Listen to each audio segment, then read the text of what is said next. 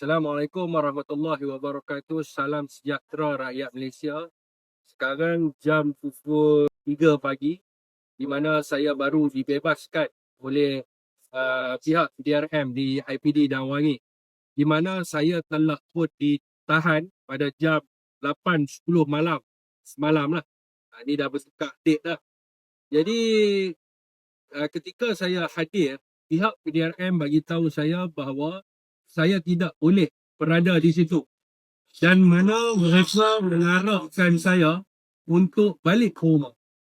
Dan apa yang saya buat adalah saya telah pun akur kepada arahan yang diberikan oleh pihak PDRM, di mana saya telah pun berfisik untuk balik ke rumah.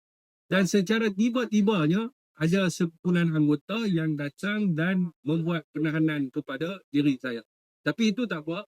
Di mana saya pun telah pun dibebaskan. Cuma apa yang saya nak sentuh di sini adalah apabila saya dibebaskan, saya baru mendapat makluman bahawa pihak Parti Peribumi Bersatu Malaysia telah pun menghantar surat lembaga disiplin yang mana dikeluarkan dalam berita bahawa saya telah pun mencemarkan imej Bersatu.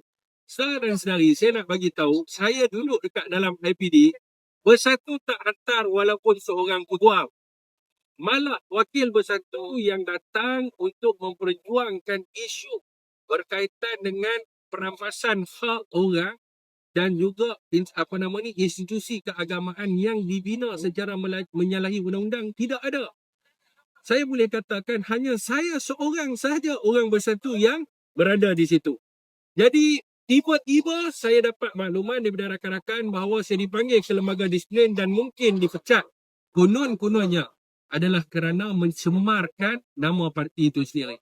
Dan sedari saya nak bagi tahu, orang yang hantar surat pada saya tu pun tidak pernah turun ke jalanan ataupun ditahan oleh pihak PDRM sehingga lewat malam sekarang ni. Di mana saya daripada dulu berjuang di jalanan, memperjuangkan isu rakyat, memperjuangkan isu rasuah, yang mana mereka ini mendapat manfaat, menjadi YB dan sebagainya. Di akhirnya bila kita mengkritik presiden itu sendiri kerana kita merasakan sudah tiba waktunya parti diremajakan semula, tiba-tiba dihantar surat lembaga disiplin. Saya nak cabar lah. Saya tak kisah Bersatu nak pecat lah. Tetapi saya nak cabar. Ada ataupun tidak orang dekat dalam Bersatu ini yang akan memperjuangkan isu rakyat dan dalam masa yang sama juga akan memperjuangkan berkaitan dengan melawan kerajaan pada hari ini. Jadi ini adalah puak-puak yang merosakkan rumah perjuangan itu sendiri sedangkan mereka duduk dan tidak berbuat apa-apa. Sekian, terima kasih.